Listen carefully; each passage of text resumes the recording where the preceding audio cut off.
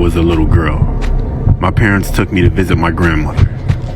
She lived in a little village in the countryside. Her cottage was very small and there was only one bedroom. My grandmother slept in one bed.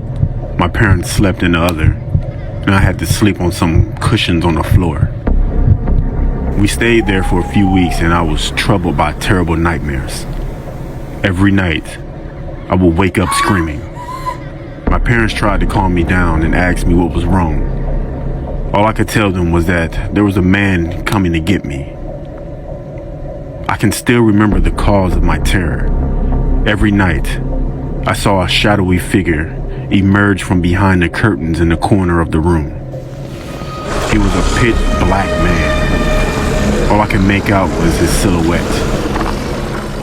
He was tall and he was hairy. I would watch in horror as he came crawling towards me with a sickening slowness. He came up to me and he whispered something in my ear. And just as I was about to scream, he would place a finger against his lips and whisper, "Shush, shush, shush." He tortured me every night to the point where I dreaded going to sleep. As time went on, he began to appear not only at night, but also during the day. One evening, we were all watching TV in the living room, and at some point, I happened to glance to my left. The curtain slowly drew back and I saw the man standing there, staring silently at me. He raised his hand, put his finger to his lips and whispered, "Shush, shush, shush." I let out a horrified scream and immediately told my mother what I had seen. She got up and went over to the curtains, pulling them back and forth, showing me that there was nothing there. But of course, by then, he had already disappeared. When the holiday was over, we went back to our apartment in the city and the nightmare stopped. After that, my grandmother would always come visit us. So we never went to her cottage on a vacation again.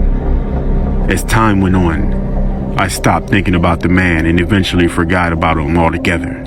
One summer, when I was 13 years old and my little brother was 5 years old, we went to stay with my grandmother again. My parents were in the kitchen, having a cup of tea with my grandmother. They asked me to get my little brother ready for bed. When I was preparing a mattress on the floor for both of us to sleep on, my little brother was sitting on one of the beds. I noticed that he was being usually quiet. When I looked up, I saw that he was staring at something. "What's wrong?" I asked. Then suddenly he jerked his head around and looked at me, his eyes wide with fear. He looked at me, pointing at the curtains. The shush-shush man is standing there.